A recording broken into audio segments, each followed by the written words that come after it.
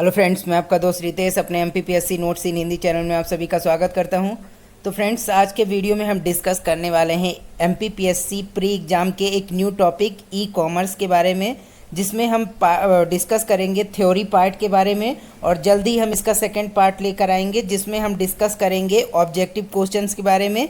तो चलिए पहले हम इस वीडियो में डिस्कस कर लेते हैं ई कॉमर्स के थ्योरी पार्ट के बारे में कि ई कॉमर्स से रिलेटेड क्या क्या कैसे कैसे चीज़ें होती हैं, ई कॉमर्स क्या होता है, इसके लाभ क्या हैं, इसकी हानियाँ क्या हैं। ठीक है, तो उन सभी के बारे में हम इस वीडियो में डिस्कस करेंगे। तो आप बने रहें लास्ट तक इस वीडियो में और इस वीडियो के नोट्स भी ज़रूर तैयार करें। तो चलते हैं फ्रेंड्स सीधे वीडियो की ओर, देखेंगे कि ई कॉमर्स से रिलेटेड क्या क्या पॉइंट्स हैं इस वीडियो में। तो सबसे पहले देखते हैं ई कॉमर्स क्या है। तो ई कॉमर्स क्या है? इंटरनेट के माध्यम से उद्योग करने को ई कॉमर्स या इलेक्ट्रॉनिक कॉमर्स कहते हैं। सरल शब्दों में इंटरनेट की वर्चुअल दुनिया पर अपनी सर्विस या सेवा प्रदान करना ही ई कॉमर्स कहलाता है। इन सेवाओं के अंतर्गत इंटरनेट पर सामान को खरीदना और बेचना, मार्केटिंग करना, सामान को पते पर डिलीवर करना, बिल का ऑनलाइन भुगतान करना, ऑनलाइन बैंकिंग करना आदि आते हैं। ठीक है, इसके बाद अगला क्या है? इलेक्ट्रॉनिक कॉमर्स की शुरुआत कब हुई थी? तो 1960 में हुई थी, जब दुनिया भर की अनेक कंपनियों ने इंटरनेट के फीचर इलेक्ट्रॉनिक डाटा इंटरचेंज यानी कि EDI की मदद से बिजनेस डॉक्यूमेंट को दूसरी कंपनियों के साथ शेयर करना शुरू किया। मतलब जो ई कॉमर्स है वो क्या होता है? तो इलेक्ट्रॉनिक रूप से किसी भी जो उद्योग को व्यापार जैसे करना क्या कहलाता है? तो ई कॉमर्स कहलाता है। ठीक है, सामानों की खरीदारी करना, बेचना, उसे कब उसके एक स्थान से दूसरे स्थान पहुंचवाना, ये सभी ई कॉमर्स के अंतर्गत आते हैं। और इसके बाद देखते हैं कि आगे क्या है। तो आगे क्या है? तो ई कॉमर्स का इतिहास। ई कॉमर्स के इतिहास के तहत क्या है? तो 1969 में कंप्यूसर्व की स्थापना हुई और इसके बाद 1979 में क्या हुआ? माइकल एल्ड्रिच ने इलेक्ट्रॉनिक शॉपिंग का आविष्कार किया। और इसके बाद आगे की घटनाएं क्या क्या हैं धीरे धीरे देखते हैं।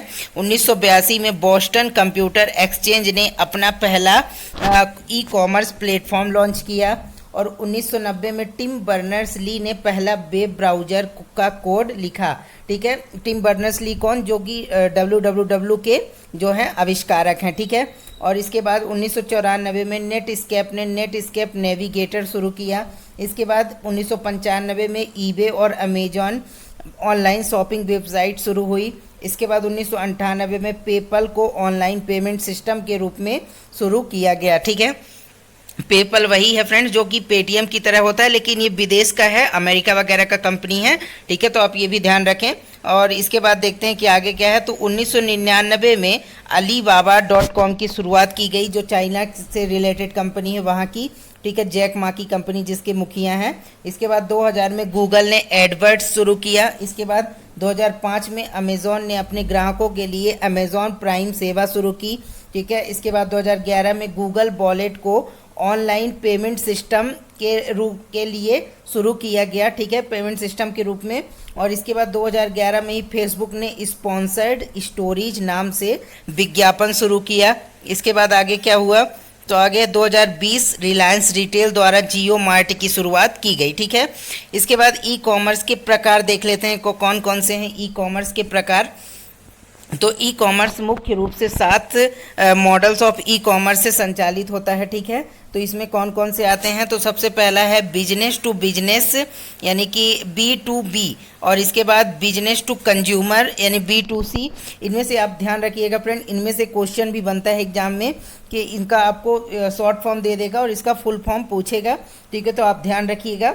बिजनेस टू बिजनेस यानी B2B, इसके बाद बिजनेस टू कंज्यूमर B2C, इसके बाद consumer to consumer C2C, consumer to business C2B, government to business तो G2B, और बिजनेस टू गवर्नमेंट तो B2G, और कंज्यूमर टू गवर्नमेंट तो क्या होगा इसका? C2G। ठीक है, तो ये ध्यान रखिएगा इसके प्रकार के अंतर्गत ई कॉमर्स के। इसके बाद देखते हैं ई कॉमर्स के लाभ क्या क्या हैं। तो ई कॉमर्स के अंतर्गत क्या क्या लाभ होते हैं? तो गौरव तलब है कि ई कॉमर्स के जरिए सामान सीधे उपभोक्ता को प्राप्त होता है।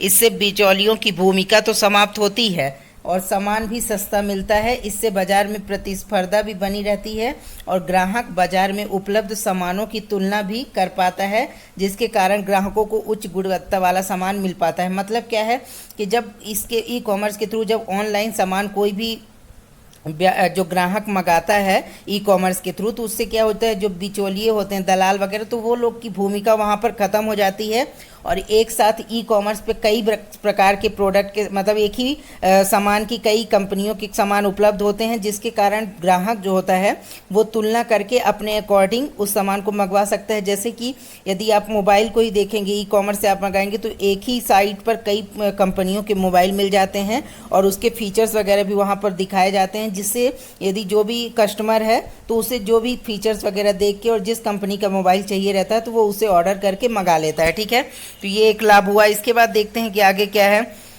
तो दूसरा है, एक तरफ ऑनलाइन शॉपिंग में ग्राहकों की राष्ट्रीय और अंतर्राष्ट्रीय बाजार तक पहुंच आसान हो जाती है और वहीं दूसरी तरफ ग्राहकों का समय भी बचता है। मतलब क्या है कि जब ऑनलाइन शॉपिंग की जाती है ई कॉमर्स के थ्रू, तो ग्राहक जो है राष्ट्रीय और अंतर्राष्ट्रीय प्रोडक्ट से भी जुड़ जाते हैं। यदि कोई भी मान लीजिए भारत का व्यक्ति है, तो वो यदि कोई अमेरिका का सामान मंगाना चाहता है, तो यदि वो किसी ई कॉमर्स वेबसाइट से मंगाता है तो वो इसे जल्दी से जल्दी ईजिली मिल जाता है। ठीक है, उसे ज़्यादा भटकना नहीं पड़ता है। अपने ऑनलाइन जो नेट के माध्यम से अपने मोबाइल या जो कंप्यूटर वगैरह के थ्रू ऑर्डर करके वो मंगा सकता है। ठीक है, और वहीं दूसरी ओर ग्राहकों का समय बचता है और इससे क्या होता है कि ग्राहकों को कहीं जाने की ज़रूरत नहीं पड़ती, तो उससे उनका समय बचता है। घर बैठे ही वो किसी भी चीज़ को ऑर्डर कर सकते हैं।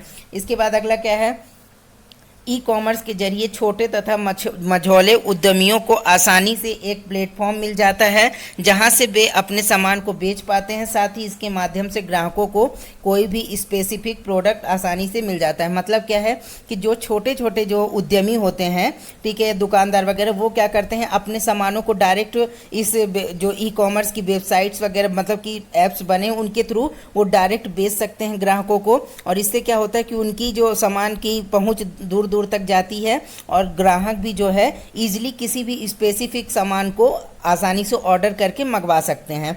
इसके बाद आके देखते हैं आगे क्या है।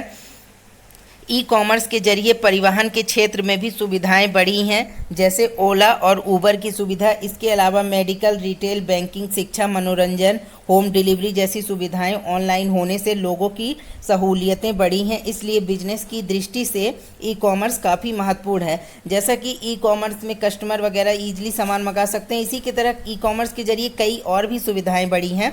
जैसा कि इसमें बताया गया, ओला उबर की सुविधा, जो गाड़ियों की सुविधाएं ईजिली हम ऑनलाइन मतलब उनसे बुक कर सकते हैं और फिर उनके साथ कहीं भी वो जा सकते हैं उस गाड़ियों का यूज करके। या फिर मेडिकल के क्षेत्र में हो या शिक्षा के क्षेत्र में, सभी जगह जो है ई कॉमर्स ने अपना पैर पसार लिया है। इससे लोगों को क्या होता है कि आसानी होती है हर एक चीज़ को करने में। ठीक है, कोई भी सुविधा यदि चाहिए तो वो ई कॉमर्स के थ्रू जो है ईजिली उसे प्राप्त कर सकते हैं। ठीक है, और ई कॉमर्स के आने से विज्ञापनों पर होने वाले बेहताशा खर्च में भी कमी देखी गई है। इससे भी सामान की कीमतों में कमी आती है।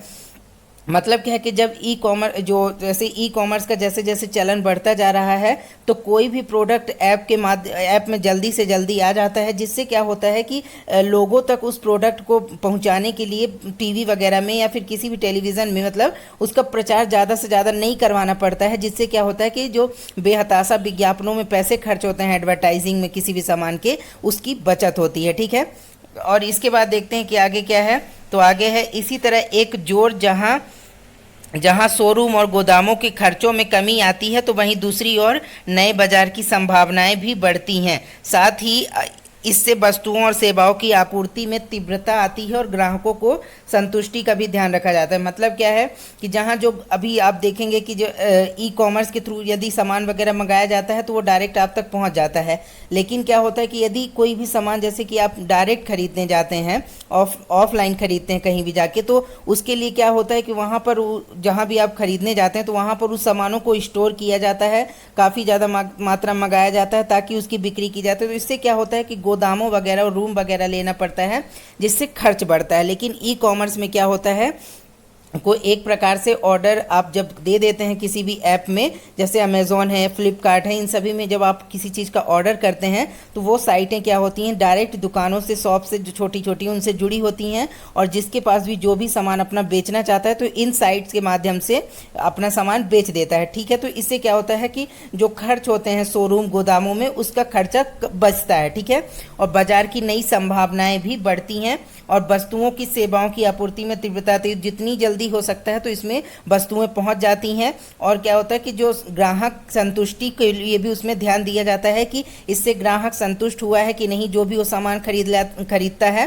क्योंकि कई बार आपने देखा होगा कि जब ये साइटें अपने सामान वगैरह भेजती हैं अपने साइट से, चाहे अमेज़ॉन हो, फ्लिपकार्ट हो या फिर कोई भी साइट हो, तो वो आपसे फीडबैक मांगती है, उस सामान के डिलीवरी करने के बाद फीडबैक मांगती है कि ग्राहक का कैसा अनुभव रहा इस साइट से खरीदने पर, कैसा प्रोडक्ट मिला, अच्छा मिला या नहीं मिला, इन सभी के बारे में वो फीडबैक लेती हैं। तो इससे क्या होता है कि ग्राहक की संतुष्टि का पता चलता है कि वो संतुष्ट हुआ उस सामान को लेने के बाद या नहीं। ठीक है, इसके बाद देखते हैं कि आगे क्या है। तो आगे है ई कॉमर्स की चुनौतियां। मतलब अब ई कॉमर्स के लाभ तो हम लोगों ने देख लिए, इसके बाद देखेंगे कि ई कॉमर्स से जो कौन कौन सी चुनौतियां उत्पन्न हुई हैं वो भी देख लेते हैं। तो गौरतलब है कि ऑनलाइन शॉपिंग को लेकर कंज्यूमर्स के मन में हमेशा संदेह का भाव बना रहता है कि उन्होंने जो प्रोडक्ट खरीदा है वह सही होगा या नहीं। कई बार सरकार को ई कॉमर्स से जुड़ी बहुत सारी शिकायतें भी मिली, जिसमें कंज्यूमर का कहना था कि उन्होंने जो सामान बुक किया था उसके बदले उन्हें किसी और सामान की डिलीवरी की गई या फिर वह सामान खराब था। मतलब कि ई कॉमर्स में जब आप ऑनलाइन सामान मंगाते हैं तो उसमें कई प्रकार के लाभ होने के साथ साथ हानि भी होती है, जैसा कि हर चीज़ की लाभ और हानि दोनों होते हैं। तो ठीक इसमें जब हानि क्या होती है कि यदि जब हम ई कॉमर्स के थ्रू कोई सामान मतलब मंगवाते हैं तो ये जरूरी 100% ये जरूरी नहीं होता कि वो सामान ही आपके पास आए। कई बार ऐसी शिकायतें मिलती रहती हैं कि सामान कुछ और ऑर्डर किया गया था और दूसरा सामान आ जाता है। तो ये एक प्रकार की चुनौती ही है ई कॉमर्स के लिए, क्योंकि ये जो वृद्धि हो रही है ई कॉमर्स में धीरे धीरे, तो ये सभी जो ये जब तक कमियां दूर नहीं की जाएंगी तब तक इसकी वृद्धि में तेजी नहीं आ सकेगी। ठीक है, इसके बाद देखते हैं कि आगे क्या है। इस तरह कई बार लोगों की शिकायतें रहती हैं कि अब वे कहां इसके खिलाफ शिकायत करें। मतलब कि लोग क्या कहते हैं कि यदि वे किसी प्रकार का प्रोडक्ट ऑर्डर करते हैं और वो प्रोडक्ट ना आके कोई गलत प्रोडक्ट आ जाता है तो लोगों में ये सोच होती है कि अब ये जो गलत प्रोडक्ट आ गया है तो इसके विरुद्ध शिकायत कहाँ की जाए कि उन्हें उनके पैसे या उनका प्रोडक्ट सही प्रोडक्ट मिल सके। तो ये भी एक चिंता की बात होती है कि सही जगह उनकी जानकारी नहीं होती कि कहाँ पर इस प्रोडक्ट का कंप्लेन की जाए जो गलत प्रोडक्ट आ गया है। ठीक है, इसके बाद देखते हैं कि आगे क्या है। तो आगे है एक तरफ जहाँ इसको लेकर किसी ठोस कानून का अभाव है तो वहीं दूसरी तरफ लोगों में जागरूकता की कमी भी है। मतलब कि जहाँ एक प्रकार जो ठोस कानून नहीं बनाए गए हैं इन ई कॉमर्स कंपनियों के खिलाफ कि यदि किसी भी प्रकार का गलत प्रोडक्ट वगैरह भेज दिया जाता है तो उसके खिलाफ कार्यवाही की जाएगी, तो ऐसे कानून, कठोर कानून नहीं बने हैं अभी तक। ठीक है, और दूसरा क्या है कि लोगों में जागरूकता की कमी भी है, क्योंकि लोग जागरूक नहीं है। लोग सामान वगैरह तो ऑर्डर कर लेते हैं, लेकिन यदि किसी भी प्रकार की ये वेबसाइट वगैरह यदि आपको हेल्प भी दे रही हैं कस्टमर केयर के थ्रू या किसी भी थ्रू, तो लोगों को इसके बारे में जानकारी नहीं होती कि वो किस तरह से कंप्लेन करे। तो लोग सोचते हैं कि एक बार मंगाने के बाद यदि गलत सामान आ जाता है तो वे दोबारा उस चीज़ से ऑर्डर नहीं करते। वो सोचते हैं कि इससे अच्छा डायरेक्ट ऑफलाइन ही सामान खरीद लिया जाए, इससे बेस्ट मिल जाएगा। ऐसा एक भावना बन गई है, जिसके कारण भी कई प्रकार की चुनौतियां ई कॉमर्स के सामने आती रहती हैं। ठीक है, इसके बाद स्पष्ट नियम और कानून ना होने की वजह से छोटे और मझोले उद्योगों के सामने कई चुनौतियां भी उत्पन्न हो सकती हैं। वे बाजार की इस अंधी दौड़ में इन बड़ी बड़ी कंपनियों का सामना नहीं कर पाएंगे। ऐसे में बेरोजगारी बढ़ने की आशंका भी जताई जा रही। मतलब क्या है कि जो छोटे छोटे उद्योग हैं, छोटी छोटी दुकानें हैं जो गली मोहल्लों में होती हैं या फिर छोटे छोटे मतलब लोग खोल के रहते हैं, तो उससे क्या होता है कि उनको रोजगार मिला रहता है। लेकिन जो ये ई कॉमर्स कंपनियां आ गई हैं बड़ी बड़ी, तो इससे क्या होता है कि ये डायरेक्ट सामानों का डिलीवरी कर देती हैं, घर तक पहुंच बना लेती हैं लोगों के जल्दी से जल्दी। तो इससे क्या होता है कि छोटे छोटे जो उद्यमी हैं, मझौले उद्योग हैं, उनके बंद होने का खतरा रहता है और बेरोजगारी बढ़ने का खतरा रहता है। क्योंकि जब लोग ई कॉमर्स के थ्रू ही सभी प्रकार के सामानों को ऑर्डर कर लेंगे तो इससे क्या होगा कि जो छोटे उद्योग वगैरह हैं उनसे सामान कोई नहीं परचेज करेगा, जिससे उनके धंधे जो हैं बंद होने की संभावना रहती है। ठीक है, इसके बाद आगे देखते हैं कि आगे क्या है। तो आगे है, ऑनलाइन शॉपिंग के मामले में सुरक्षा को लेकर लोगों ने पहले से ही चिंता जाहिर की है। उनका मानना है कि ये कंपनियां उनका डेटा कलेक्ट कर रही हैं, जो कि चिंता की बात है। मतलब कि जब आपने देखा होगा कि जब आप किसी भी वेबसाइट से, कोई भी मतलब साइट है, तो उससे आप कोई भी सामान जब ऑर्डर करते हैं, तो यदि उससे कोई पेमेंट करते हैं या फिर पेमेंट नहीं करते हैं, अपना एड्रेस वगैरह, डिटेल्स वगैरह वहाँ पर डालते हैं कि कहाँ पर डिलीवरी करना है, नाम वगैरह, पता सब कुछ डालते हैं, तो ये कंपनियां क्या करती हैं, डेटा को सेव कर लेती हैं। कई बार तो जो आप एटीएम वगैरह के पिन वगैरह के वो सब चीज़ें डालते हैं, तो कई वेबसाइट्स तो उस सभी चीज़ों को सेव कर लेती हैं और उसकी क्या करती हैं, इससे क्या होता है कि एक असुरक्षा की भावना पैदा होती है कि कहीं ये कंपनियां उस डेटा को लीक ना कर दें, या कोई हैकर इन कंपनियों की जो साइट्स हैं उनको हैक ना करके डेटा वगैरह चुरा ले। तो ये भी एक प्रकार की बहुत बड़ी चुनौती सामने आ रही है। ठीक है, इसके बाद क्या है, इसी प्रकार ऑनलाइन शॉपिंग में लोगों के क्रेडिट या डेबिट कार्ड की क्लोनिंग कर उनके बैंक बैलेंस से रुपए निकाल लेना, या फिर हैकरों के द्वारा बैंकिंग डेटा की हैकिंग कर लेना भी एक समस्या है। इतना ही नहीं, ऑनलाइन शॉपिंग के क्षेत्र में कार्यरत कुछ बड़ी कंपनियां अब सामानों की डिलीवरी ड्रोन से करने के का मन बना रही हैं, जिसको लेकर सरकार और लोगों के चेहरे पर चिंता की लकीरें स्पष्ट हो रही। मतलब क्या है कि जब ऑनलाइन से, अब जैसा कि मैंने ऊपर बताया कि कई बार ये जो वेबसाइट्स या साइट जो होती हैं कि क्रेडिट कार्ड या डेबिट कार्ड की क्लोनिंग कर लेती हैं, जो भी आप डिटेल वगैरह देते हैं तो ये लोग सेव कर लेते हैं, जिससे क्या होता है कि कई बार ये कंपनियां खुद या फिर कोई हैकर इन कंपनियों के डेटा को चुरा कर उसका गलत इस्तेमाल करता है, बैंकों से पैसे तक निकाल लेता है ग्राहकों के। तो इस प्रकार से ये असुरक्षा की भावना बनी ही रहती है। और ये कंपनियां अब जो डिलीवरी के माध्यम से, कई कंपनियां प्रयास कर रही हैं कि वो क्या करेंगी कि डिलीवरी करवाएंगी, तो इससे भी सरकार में एक चिंता की भावना बनी हुई है कि जब नॉर्मल इतने सारे ड्रोन्स को कि कैसे कैसे संभाला जाएगा, कि या फिर गलत कहीं कोई गलत इस्तेमाल इसका ना हो। ठीक है, तो ये भी चिंता की भावना बनी हुई है। इसके बाद देखते हैं कि कुछ लोकप्रिय मार्केट प्लेस, मतलब जिससे आप ई कॉमर्स के सामानों को खरीद सकते हैं। ठीक है, तो वो कौन कौन से हैं, तो पहला है अमेज़ॉन, दूसरा है फ्लिपकार्ट, तीसरा ईबे, इट्सी और अलीबाबा, इंडिया मार्ट, फाइबर। ये सभी जो है कुछ मार्केट प्लेस हैं जहां से आप ई कॉमर्स के थ्रू जो क्या है कोई भी चीज़ आप परचेस कर सकते हैं। ठीक है, तो ये कुछ प्रमुख साइट्स हैं। इसके बाद एग्जाम्पल ऑफ ई कॉमर्स देखते हैं। ठीक है, उदाहरण, तो ई कॉमर्स विभिन्न तरीकों से हो सकता है और व्यापारी फिजिकल प्रोडक्ट से लेकर पत्र लिखने तक की सेवाएं इसके द्वारा उपलब्ध करा सकते हैं। नीचे ई कॉमर्स के विभिन्न रूपों के बारे में बता रहे हैं। ठीक है, तो पहला क्या है, रिटेल ई कॉमर्स। वह खुदरा व्यापार यह खुदरा व्यापार कहलाता है जिस तरह आप पड़ोस के किराना स्टोर से सामान खरीदते हैं, ठीक इसी प्रकार इस बिजनेस मॉडल में भी किया जाता है। कोई बिचौलिया नहीं होता, रिटेलर्स का सीधा संपर्क ग्राहक से होता है। मतलब कि जो रिटेलर होता है उसका सीधा संपर्क ग्राहक से होता है। कोई भी सामान यदि ग्राहक कंज्यूमर जो ऑर्डर करता है वो डायरेक्ट रिटेलर के द्वारा उसे पहुंचवा दिया जाता है। ठीक है, कि ठीक किराना स्टोर की दुकानों, जैसे कि ये कोई ग्राहक गया तो वहाँ पर जो दुकानदार होता है तो डायरेक्ट वो सामान उससे लेता है। ठीक है, उसी तरह से ये काम करता है। इसके बाद होलसेल ई कॉमर्स क्या है, थोक व्यापार में वस्तुओं को समूह में बेचा जाता है। यहाँ पर ग्राहक रिटेलर्स होते हैं, क्योंकि असल उपभोक्ता से कोई संबंध नहीं होता। मतलब कि होलसेल में सामानों को बेचा जाता है, तो जो रिटेलर्स होते हैं थोक, मतलब कि जो रिटेल में सामान वगैरह बेचते हैं, तो वो क्या करते हैं, वो डायरेक्ट थोक विक्रेता से वो सामानों को रिटेलर्स ही खरीद लेते हैं और उसके बाद वो आगे की क्या करते हैं, बेचते हैं। ठीक है, इसके बाद देखते हैं कि आगे क्या है, ड्रॉप शिपिंग ई कॉमर्स। इस उत्पाद को बेचना जिसका निर्माता कोई और है, यहाँ पे आप उस कर लीजिएगा, उस उत्पाद को बेचना। ठीक है, उस उत्पाद को बेचना जिसका निर्माता कोई और है और उसकी डिलीवरी कोई और करने वाला है, यानी बेचने वाले का संपर्क सिर्फ ग्राहक से होता है। उत्पाद वह खुद निर्माण नहीं करता बल्कि किसी अन्य निर्माता के उत्पाद को बेचता है। और ड्रॉप शिपिंग आजकल उभरते हुए बिजनेसेस में से एक बन चुका है। लोगों के बीच खासकर जो 9 से 5 के जॉब से आज़ादी चाहते हैं, इस बिजनेस को हाथों हाथ ले रहे हैं। ठीक है, मतलब इससे क्या होता है कि डायरेक्ट जो सामान होता है वो कस्टमर को मिल जाता है। कोई तीसरे जो बीच में एक व्यक्ति होता है जो कि डिलीवरी करने के बाद काम करता है, तो इससे डायरेक्ट जो है विक्रेता का संपर्क हो पाता है ग्राहक से। ठीक है, इसके बाद देखते हैं कि आगे क्या है, क्राउड फंडिंग ई कॉमर्स। ये क्या है, तो उत्पाद बाजार में आने से पहले ही लोगों से उसके बदले में पैसा लेना क्राउड फंडिंग कहलाता है।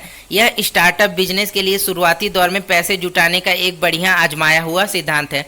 तो कई बार देख रहा होगा आपने कि जब कोई कंपनी नई नई बनने वाली होती है, जैसे चाहे मोबाइल का आप एक एग्जाम्पल ले सकते हैं कि कई प्रकार से मोबाइल जैसे बनते हैं, तो वो लोग क्या करते हैं कि अपनी फीचर्स वगैरह मोबाइल के बता देते हैं कि हम ये नया मोबाइल लॉन्च करने वाले हैं। तो ग्राहक जो लेने के लिए इच्छुक होते हैं ग्राहक, तो वो क्या करते हैं उस चीज़ के लिए, जैसे उस मोबाइल फ़ोन के लिए या फिर कोई भी चीज़ है उसके लिए पहले से ही पेमेंट कर देते हैं कि हाँ जाके ये जो सामान आए तो सबसे पहले हमें ही मिले। तो उसके लिए वो पहले से फंडिंग कर देते हैं, पैसे दे देते हैं। तो उसे क्या कहा जाता है, क्राउड फंडिंग ई कॉमर्स के तहत वो आता है। ठीक है, इसके बाद क्या है, सब्सक्रिप्शन ई कॉमर्स। किसी उत्पाद और सेवा की एक निश्चित समय अंतराल में पुनः खरीदी सब्सक्रिप्शन कहलाती है।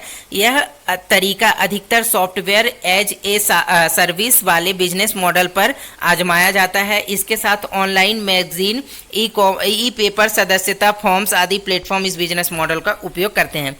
तो ये क्या है, तो सब्सक्रिप्शन ई कॉमर्स, जैसा कि आपने देखा होगा कि आजकल विभिन्न प्रकार की जो अमेजॉन प्राइम वगैरह है या फिर यूट्यूब वगैरह है या कोई भी जैसे नेटफ्लिक्स, ये लोग क्या करते हैं कि ये सब्सक्रिप्शन प्रदान करते हैं कि जो एक इनका प्रोडक्ट होता है, जैसे कि कोई भी मूवीज़ वगैरह या शो वगैरह देखने के लिए एक लिमिट टाइम के लिए ये 1 महीने या 3 महीने या 12 महीने का एक सब्सक्रिप्शन पैक लाते हैं कि ये 1000 रुपये में आप 1 महीने तक इसमें लॉग इन करके या सब्सक्रिप्शन लेकर आप चला सकते हैं। ठीक है, फ्री में। तो मतलब एक ऐसी वैल्यू निर्धारित कर दी जाती है एक लिमिट टाइम के लिए कि उस लिमिट टाइम के ख़त्म होने के बाद पुनः से आपको उस वैल्यू के को लगा करके उस वैल्यू के द्वारा उस चीज़ को पुनः से सब्सक्राइब मतलब कि सब्सक्रिप्शन लेना होता है। ठीक है, जैसे कि आप यूट्यूब में ही किसी चीज़ का सब्सक्रिप्शन ले रहे हैं, ठीक है, कोई भी प्रोडक्ट है या अनअकैडमी में किसी चीज़ का सब्सक्रिप्शन ले रहे हैं, तो वो एक लिमिट टाइम के लिए होता है या 6 महीने के लिए या 1 साल का कोर्स होता है। उसके बाद यदि वो टाइम लिमिट खत्म हो जाती है तो फिर से आपको वो चीज़ परचेज करनी होती है। तो वही है, एक लिमिट टाइप के लिए आपको सब्सक्रिप्शन मिलता है उस चीज़ का। ठीक है, इसके बाद आगे क्या है, फिजिकल प्रोडक्ट्स ई कॉमर्स। ये क्या है, तो कोई भी सामान जिसका फिजिकल अस्तित्व होता है उसे बेचना इसमें शामिल होता है।